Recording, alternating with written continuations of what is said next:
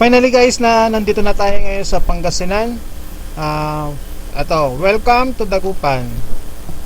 So, entry tayo ng Dagupan ngayon guys. So, mamaya tutumbukin natin papuntang Alaminos. Ito try kung pumunta doon sa pinsan ko kung aabot ako kasi medyo alanganin na sa oras. Time check is already 5:41. So, sobrang late ko na.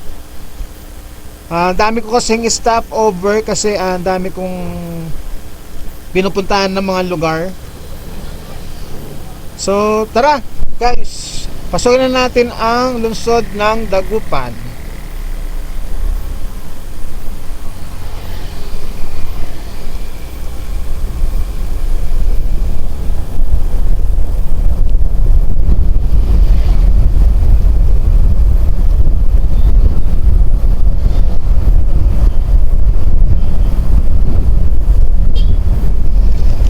I think kung tutuloy ako ng Tarlac, palagay ko aabutin na ako ng before 12 bago ako makarating doon or madaling araw.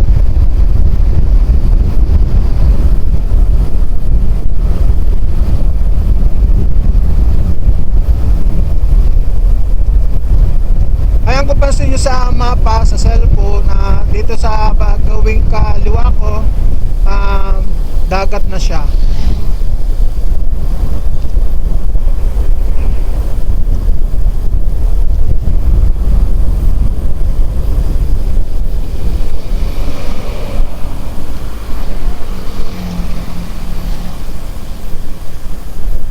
So medyo full tank pa ako.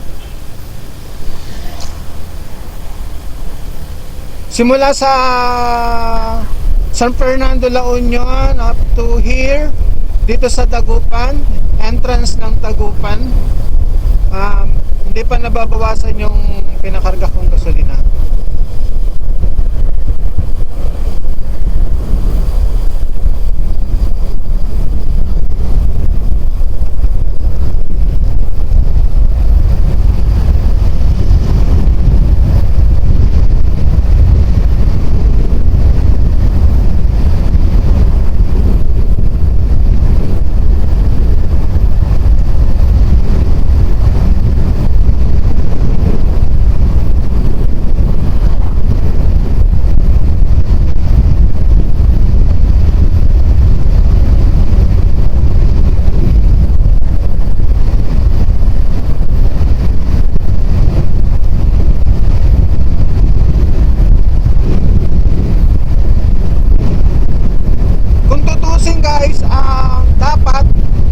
Lagpas na ako dito sa Dagupan. Nakarating na ako dapat sa Alaminos.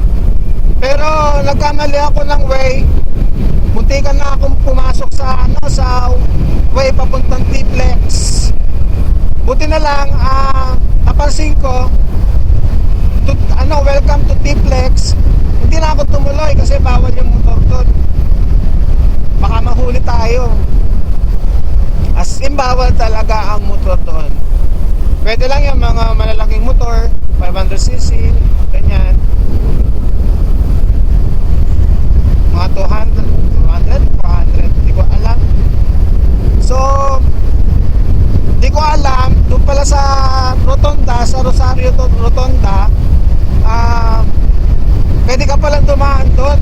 MacArthur Highway, dire-diretso lang, kaya lang hindi ko na napansin sa mapa. Hindi lumilitaw sa Google Map. Kaya bumalik ako from to sa Rosario Rotonda. Bumalik ako simula doon hanggang dito sa way papuntang Dagupan. So medyo malayo-layo siya.